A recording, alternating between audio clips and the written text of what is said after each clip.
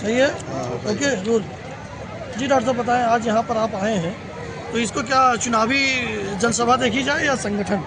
सब लोग ये टांडा विधानसभा जो अम्बेडकर नगर की सीट है उसमें कार्यकर्ता सम्मेलन है और उसी की तैयारी के लिए हम लोग काम कर रहे हैं।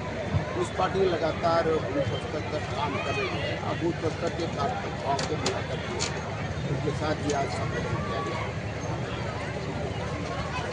जिस तरीके से ये भीड़ देखी जा रही है, क्या लगता है सर? अब इस पार्टी पूरी शिद्दत से मेहनत करेगी। मुझे लगता है कि और आने वाले 2027 के चुनाव में हम कामयाब होंगे। अब मुझे लगता है कि सत्ता जो बनेगी, सरकार जो बनेगी 27 में, वो इस पार्टी की इसमें किस तरीके की तैयारी चल रही है 2027 को लेकर के? 2027 में हम पूरे उत्तर प्रदेश की सभी विधानसभा में कार्यक्रम कर रहे हैं और बूथ लेवल पर पहले हम लोगों ने अपने क्षेत्र में काम किया और बूथ लेवल आप विधानसभा स्तर के कार्यक्रम कर रहे हैं। तो इस तरह से पूरे प्रदेश में हम विधानसभा स्तर के कार्यक्रम करेंगे। उसके बाद हम पूरे जिले और मंडल स्तर के कार्यक्रम करके फिर लास्ट में लखनऊ में इस तरीके से मतदाता सूची का प्रकाशन हुआ है, क्या लगता है आपको? मतदाता सूची में अभी देखने में तो यही आया है, कई विधानसभाओं में हमें पता चला है कि जो सत्ताधारी पक्ष के लोग हैं वो हमारे जो जनता का नाम निश्चित करवाने का कार्य कर रहे हैं। बामिसाल के जरिए हम उसका निराकरण करने की कोशिश कर रहे हैं और जो प्रकाशित हुआ है उसका हम सभी अध्ययन कर रहे हैं। अध्ययन करके उसके हिसाब से उसको ठीक कराने का प्रयास कर रहे हैं। पंचायती चुनाव में क्या भागीदारी रहेगी आपकी? पंचायती चुनाव में तो इस पार्टी की भागीदारी रहेगी। हम पूरी तरीके से तैयार हैं। उत्तर प्रदेश के सभी स्थानों पर इस पार्टी से डॉक्टर साहब एक आरोप लगता रहा है हमेशा कि जब चुनाव आता है तो आपकी पार्टी बहुत एक्टिव हो जाती है, भारतीय जनता पार्टी द्वारा फंडिंग की जाती है। एक ऐसा आरोप है, इस काम चाह रहे हैं इसके बारे में? भाई जो आरोप लगाते हो पैसा देते तो हम उसके हिसाब से काम करेंगे, है नहीं। मगर अभी तो चुनाव है नहीं। इस मामले में क्या संदेश देना चाहेंगे आप? इस मामले में ये संदेश देना चाहते हैं कि जिसको शक है, भाजपा से जिससे डर है, वो इस पार्टी को हिस्सेदारी दे दे और अपने संगठन के साथ गठबंधन कर ले ताकि भाजपा के हराने में हम भी सहयोग कर दें उसका। और अगर उसे पैसे की कमी लग रही हमें तो मैं कहूँगा वो पार्टियाँ पैसा दे दें ताकि हम और मजबूती से काम करें। 27 के विधानसभा चुनाव में क्या स्थिति रहेगी पार्टी का? 27 के विधानसभा चुनाव में हमारा जो आकलन है कि 2012 में जो इस पार्टी ने सफलता हासिल की थी उससे बेहतर रिजल्ट 2027 में। विशेषकर मुस्लिम समुदाय को क्या संदेश देना चाहेंगे? मुस्लिम समाज को हम संदेश देना चाहते हैं कि उन्होंने सपा, बसपा, कांग्रेस, भाजपा को सबको उन्होंने देख लिया है, ऊँट दे दिया है, उनकी सरकारें बना दी है, सरकारें बिगाड़ दी है, पर उसकी स्थिति लगातार बद से बदतर होती चली जा रही है। इसलिए जिस तरीके से सभी समाज ने अपने नेता के पीछे खड़े होकर के और उसे सरकार में ला करके अपने को अधिकार और सम्मान दिया है, उसी तरीके से उसे भी करना पड़ेगा।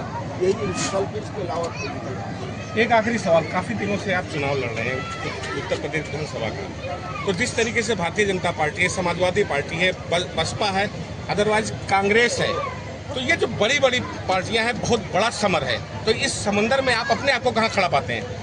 देखिए, कोई बड़ी पार्टी छोटी पार्टी नहीं होती है। आज तो हमारी स्थिति और बसपा की स्थिति बिल्कुल एक ही है, कांग्रेस की स्थिति वैसे ही है। तो जनता जब समर्थन देती तो पार्टी बड़ी हो जाती है, ये जनता डिसाइड करती है। कोई पार्टी छोटी बड़ी नहीं होती। इस पार्टी 2012 में बहुत बड़ी पार्टी हो गई थी, वो लोक दल से भी बड़ी पार्टी हो गई थी।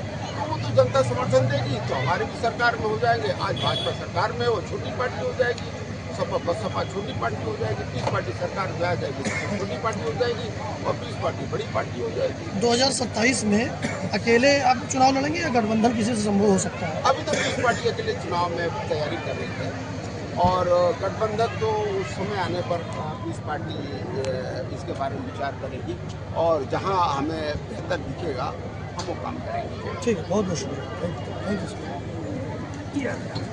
ठंडा ले लीजिए,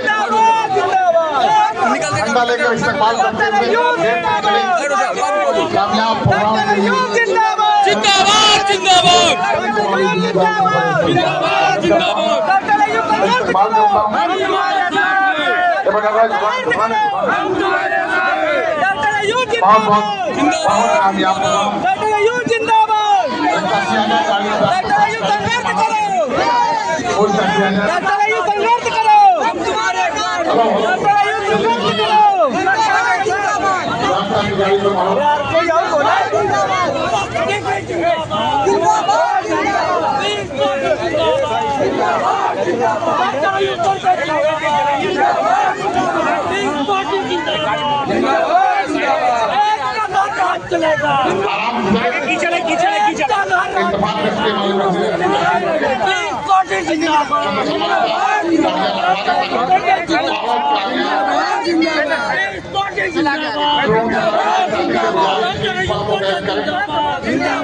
चला रहे थे इस कामयाबी के पल को कैद कर शायद कहीं चल पाम भी है।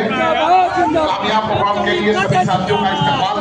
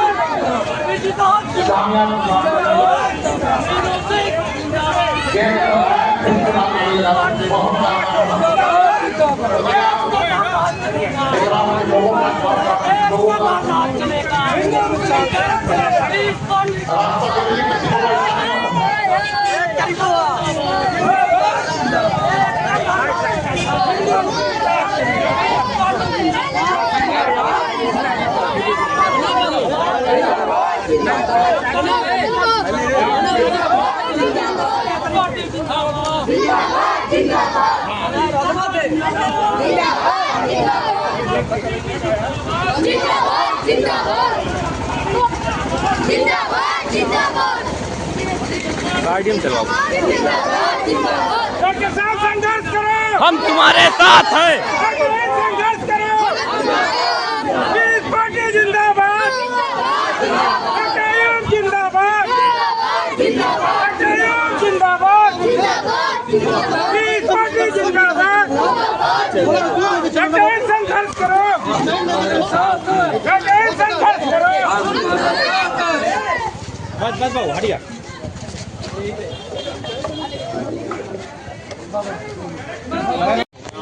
अगर कांग्रेस और भाजपा के नाम पर ब्राह्मण और क्षत्रिय भाई रहा है तो आज थाने में, तहसील में, जिले में हर जगह पर दरोगा, सिपाही, डीएम, एसपी, जज, कलेक्टर 90% चमार भाई मिलेगा, यादव मिलेगा, ब्राह्मण मिलेगा, क्षत्रिय मिलेगा, मगर 75% अति पिछड़ा, दलित और मुसलमान नहीं मिलेगा।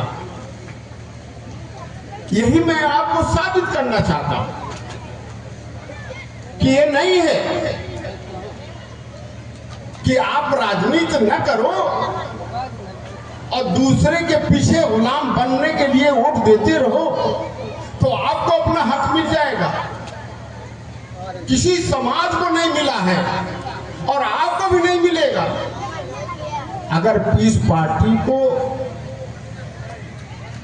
अगर डॉक्टर अय्यूब मजबूत होगा राजनीतिक तौर पर, पीस पार्टी मजबूत होगी तो मुस्लिम समाज का पहचान बनेगा।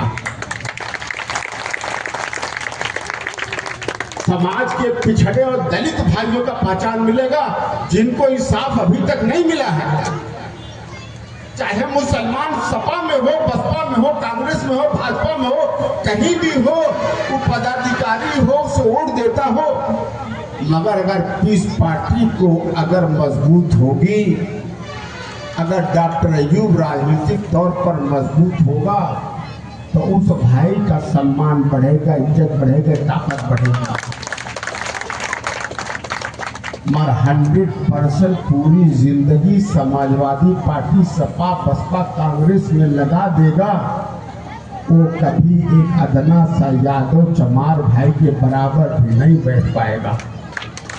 सम्मान मिलना तो दूर, तो ये बात समझ में आनी चाहिए। कोई शॉर्टकट नहीं है।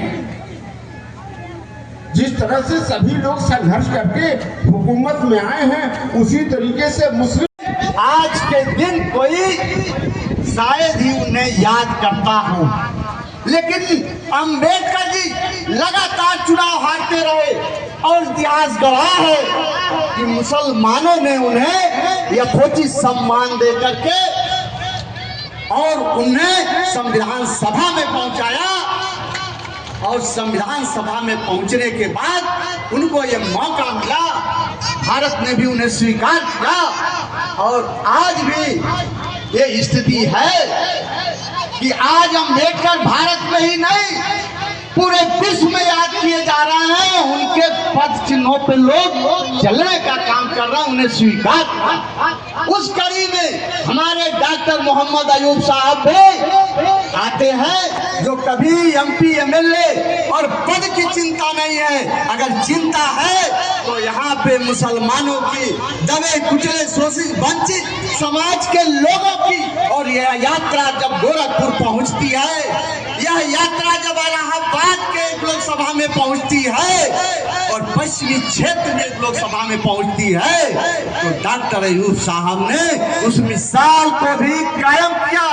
जिन सीटों पे कभी भारतीय जनता पार्टी हारती नहीं थी, डॉक्टर अयूब साहब ने सपा बसपा का बेजोड़ और शानदार गठबंधन कराया, और आपके नेतृत्व में भारतीय जनता पार्टी को दिन में ही तारे नजर आ गए, और इस प्रदेश में वो स्थिति आ गई कि अब कोई अगर राज करेगा तो इस देश का, इस प्रदेश का शोषित वंचित और मुसलमान भाई राज करेगा। तो निश्चित रूप से षड्यंत्र हुआ। उस षड्यंत्रों को हमारे संचालक महोदय ने बताया, हमारे रियाज खान साहब ने बताया, तमाम लोगों ने बताया, आप लोग सभी लोग जानते हैं। लेकिन आप लोगों से इस न्याय की उम्मीद के साथ कि हमारे राष्ट्रीय अध्यक्ष जी की बातों को सुनेंगे और हमें हमारा न्याय आप लोग देंगे और अपने लिए भी अपने न्याय को देंगे, इस उम्मीद के साथ हम अपनी बात को यहीं समाप्त करते हैं। डॉक्टर साहब से मुलाकात करते हुए, नारा लगाते हुए पीस पार्टी का बहुत बहुत शुक्रिया। किसी के यहाँ शायद जलपान होगा, थोड़ा सा रास्ता दे दें, सभी साथी आ जाएं। तब यहाँ से लेकर एक जुलूस के शक्ल में वहाँ तक गेट तक चलें, जहाँ गेट लगा हुआ है, और मीडिया के अपने लोगों को जिम्मेदार है इस पल को कवर कर लें। जर्मनी से हम नारा लगाते हुए ले चलें, पीस पार्टी जिंदाबाद जिंदाबाद, डॉक्टर अयूब जिंदाबाद जिंदाबाद, पीस पार्टी जगह देते रहे, पीस पार्टी जिंदाबाद, डॉक्टर अयूब जिंदाबाद। नारा लगाते हुए बात आगे थोड़ा आहिस्ता और सभी से मैंने बुलाया कि रास्ता देते हैं बहुत बहुत कामयाब प्रोग्राम के लिए। हमारे हाजी वलीउल्लाह साहब, हमारे बुजुर्ग, हमारे सरपरस्त, अल्लाह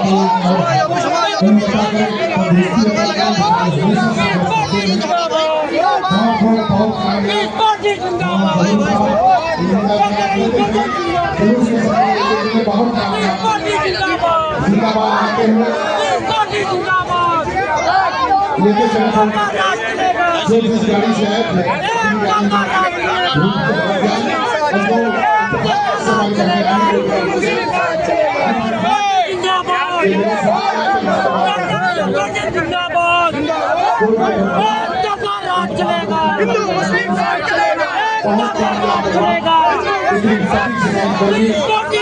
और उसके बाद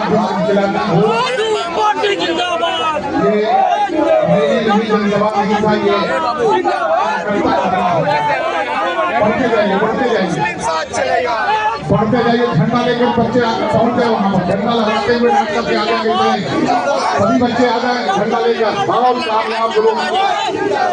कामयाबी के लिए पूरे बेलूपुर का यहाँ तमाम लोगों का मैं स्वागत करता हूँ। बढ़ते जाइए, पूरी तरह से बढ़ते जाए। तारीख गवाह है, आज जो लोग बैठकर समाजवादी में हम जुम्मन नहीं कहेंगे उन्हें, और अपने मंच के लोगों से भी कहेंगे कि सपा बसपा कांग्रेस में जो मुस्लिम समाज हैं उन्हें जलील न करो। वो हमारे भाई हैं, वो हमारे भाई हैं, वो हमारे भाई हैं। अरे वो अलग बात है कि कुछ लोगों को ट्रेनिंग मिला है कि चाहे उलमाए कराम हो, चाहे हमारे सपा का बसपा के हमारे भाई हो, ये बेशरम उन्हें जुम्मन कहते हैं, कुछ दरी बिछाने वाला कहते हैं। अरे तुझे नहीं पता कि वो हमारे हैं, सिर्फ आसानी से रास्ता भटके हैं, और जिस दिन उन्हें एहसास हो गया इंशाअल्लाह वो रास्ता बदल कर आपके सामने आ जाएंगे और इलाका बदल जाएगा। मैं चाहूंगा कि गुलपोशी के लिए माननीय जिलाध्यक्ष जी खड़े हैं, डॉक्टर साहब का इस्तकबाल होगा और बड़ा वाला माला पहनाकर सब लोग इस्तकबाल कर लें, और जो साथी हैं सलमानी साहब और तमाम लोग आ जाएं, और जो इस कैमरे को कैद करना चाहते हैं सब लोग करें, लेकिन जब तक माला गले में रहेगा तालियों से गड़गड़ाहट आती रहेगी। नारों के साथ थोड़ा सा देखिए यहाँ दबला स्टेज, नारों के साथ चलिए जोरदार तालियों से डॉक्टर अय्यूब जिंदाबाद, बोल नहीं रहे, डॉक्टर अय्यूब जिंदाबाद, जोरदार तालियों से ताली बजाकर इस्तेमाल करते रहे, अपने ताली बजाकर इस्तेमाल करते रहे। डॉक्टर साहब का गुलपोशी हो रहा है जिला कमेटी की जानिब से, अहले जोर की जानिब से तमाम लोगों का यकीनन इस्तेमाल हो रहा है। जोरदार तालियों बजाकर इस्तेमाल करते रहे। अजीज़ान गिरामी अब बैठ जाए, इससे पहले कि मैं अपने कायद को माइक दे दूं, आखिर ये बताओ मेरे भाई क्या कमी है। अभी जब मैं आया चाय खानों पर बैठा था, चाय की दुकानों पर कुछ लोगों से बातें हो रही थी, हमने पूछा कि आखिर क्या कमी है डॉक्टर अय्यूब साहब में, क्यों नेता मानते हैं, नहीं मानते आप, क्या यही कमी है? साथियों, आपने बहुत सारे हमारे पार्टी के नेताओं का आप सभी ने बातें सुनी है।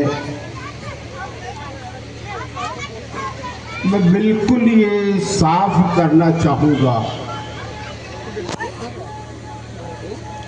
कि कुछ चीज़ें सियासत में और इस मुल्क के निज़ाम में, इस देश के संचालन में कुछ चीज़ें बिल्कुल साफ हैं, इसमें कोई छुपी बात नहीं है। एक बात है कि जो सियासत करेगा, जो भी समाज या जो भी कौम सियासत करके, राजनीति करके सत्ता में भागीदार या सत्ता हासिल करेगा, वही कौम तरक्की करेगा, उसी का वजूद बचेगा और उसी का मजहब भी बचेगा। और जो कौम नहीं करेगा वो मिट जाएगा, उसका समाज, उसकी नस्लें, उसका दीन, कोई बचता नहीं। हो सकता है कि हमारे इस बात से हमारे किसी भाई को कुछ समझने में दिक्कत हो। अगर दुनिया का इतिहास पढ़ेंगे,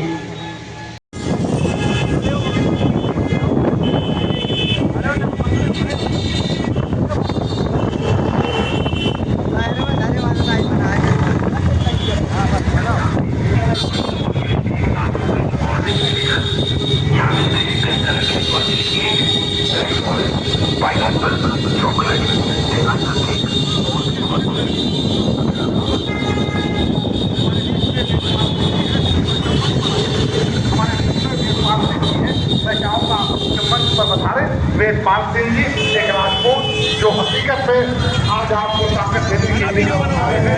वेदपाल सिंह जी आज आपके बीच में है।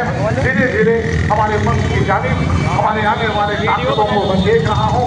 आज हमारे जिले का सेनापति बाकायदे बुलेट के जरिए हाथ में परचम लिए हुए देश की एकता के लिए, सभी समाज के सम्मान के लिए, हिंदू मुसलमान की नफरत को खत्म करने के लिए मोटरसाइकिलों का काफिला असद साहब की पूरी फौज को सलाम करते हुए पीछे न देखिए, आएंगे आगे, मैं सबका इस्तेमाल कराऊंगा। पीछे देखने वाले हमेशा पीछे होते हैं। आज यहाँ इतिहास लिखा जाएगा कि अगर इतने लड़ाई नहीं है,